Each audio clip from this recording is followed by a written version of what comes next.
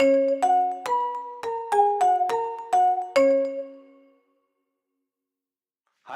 mit navn er Thomas Rode, og jeg er ansvarlig for vores e-mail markedsføring og marketing automation i Innos Adcore.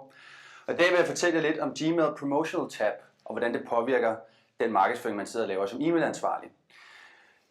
Gmail ændrede deres look i forhold til deres private Gmail-inbox for et par måneder siden. Og der gjorde det muligt at opdele sin inbox i en primær inbox, en social inbox og en promotional inbox. Det er standard, man har mulighed for at lave en masse forskellige andre selv.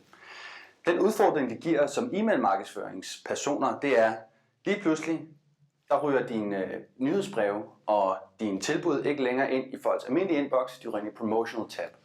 Det er en udfordring, fordi der er rigtig mange danskere, der bruger Gmail. Det er desværre ikke nogen tal på præcis hvor mange, men vi kan se, at overordnet set, hvis vi kigger på åbningsraten af e-mails på det er 3 forskellige uger, vi har målt det på, i ugedagene og i weekenderne, i den originale inbox, inden de indførte det her med promotional tab, og i den tab inbox, hvor der er rigtig mange nyhedsbreve, vores kunders nyhedsbreve, der ryger ind under promotional tabben.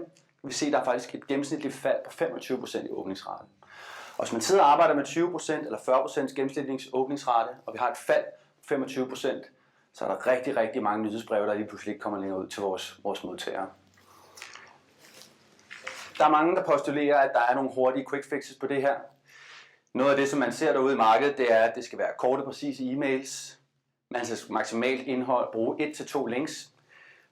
Man skal prøve at personificere så meget som muligt, så det virker mere som en one-to-one kommunikation, og ikke et e-mail blast, du sender ud, hvis du altså vil prøve at springe promotional tabben over og komme direkte ind i primary inboxen.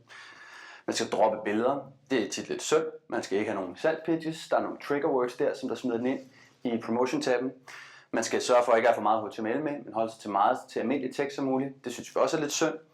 Og man skal sørge for at besvare henvendelser, så det bliver en dialog med personerne frem for bare push-markedsføring. Det kan vi godt lide. Men overordnet set, den bedste løsning på at løse det her, det er at få modtagerne til at lægge jeres nyhedsbreve og jeres indhold over i primary inboxen. Og det gør man kun ved, at de er rigtig glade for det indhold, I modtager, og det er værdifuldt, som I sender.